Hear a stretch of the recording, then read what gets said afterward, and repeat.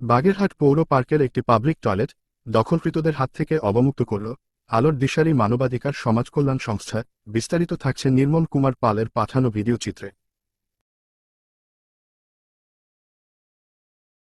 তত্ত্বাবধানে আপনাদের রাখতে হবে, তা নাহলে এখন তো ডাক দেওয়া হচ্ছে না যে একজনে পরিষ্কার করে। তবে সব থেকে ভালো হয়, শোনেন, সব থেকে ভালো হয়, কারণ কি এইটা যতক্ষণ এইভাবে ঘেরা আছে ততক্ষণ আইনগতভাবে আপনারা দোষী আছে।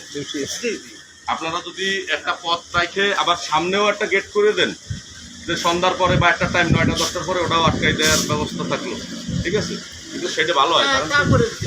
কারণ কি এটা আইনগতভাবে আপনাদেরই এটা রাইট নেই, এটা কারো ব্যক্তিগতভাবে বাউন্ডারি দেওয়ার কোনো রাইট নেই। না না, এটা কেন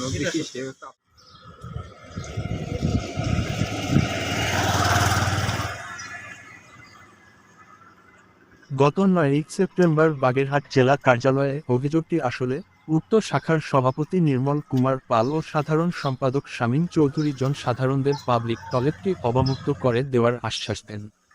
পরবর্তীতে সংস্থার প্রতিষ্ঠাতা পরিচালক মোশাররফ শেখের সঙ্গে আলোচনা করে জেলা প্রশাসকের কাছে যান এবং তাদের সহযোগিতা নিয়ে ওই দিনই টয়লেটটি দখলমুক্ত করেন এবং আজ সম্পূর্ণরূপে অবমুক্ত করে সাইনবোর্ড টানিয়ে দেন। উল্লেখ্য, টয়লেটটি এখন পর্যন্ত সম্পূর্ণ ফ্রিতে ব্যবহারযোগ্য থাকলেও পরবর্তী পরিষ্কার পরিচ্ছন্নতার জন্য ডাকে দেওয়া হতে পারে বলে জানিয়েছেন বাগেরহাট জেলা শাখার সাধারণ সম্পাদক শামীম চৌধুরী। এবং তিনি পরিশেষে সকলকে এগিয়ে আসার আহ্বান জানিয়ে বলেন, সুনির্দিষ্ট এরকম অভিযোগ আসলে তারা অবশ্যই পদক্ষেপ নেবেন এবং কেউ যদি তাদের সাথে কাঁধে কাঁধ মিলিয়ে কাজ করতে চায় তবে তাদের অফিসগুলো থেকে সদস্য ফর্ম সংগ্রহ করতে বলেন।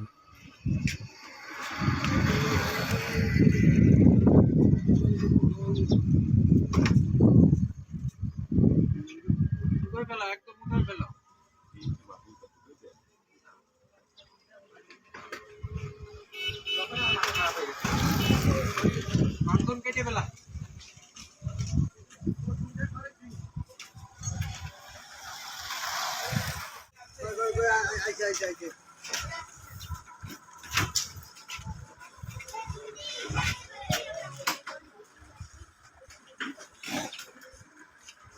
এইটা টান দিয়া, এটা টান দিয়ে এদিকে নিয়ে সম্পূর্ণ এইটা টান দিয়ে সোজা মানে এটা এই জায়গাতে আপনি যদি মাটিটা সরান না, সারাই ফেলে এই মতো ছেলে দিকে বেড়া খোলা লাগে না, মাটিটা একটু সারাইতে হবে। ওই যে আপনার এই সাইডটা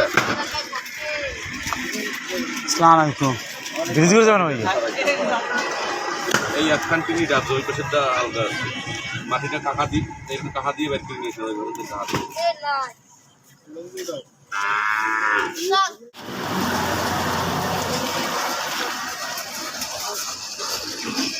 পার্কের থেকে একটু ধরা হয়েছে পার্ক ওই পার্ক কীভাবে এদিকে আসলে হেঁটে দূরে আছে, আর পার্ক দিয়ে এদিকে এসে ভিতরে বাথরুম দেখা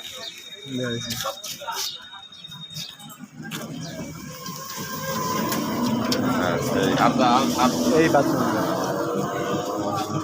পরিষ্কার হয়েছে।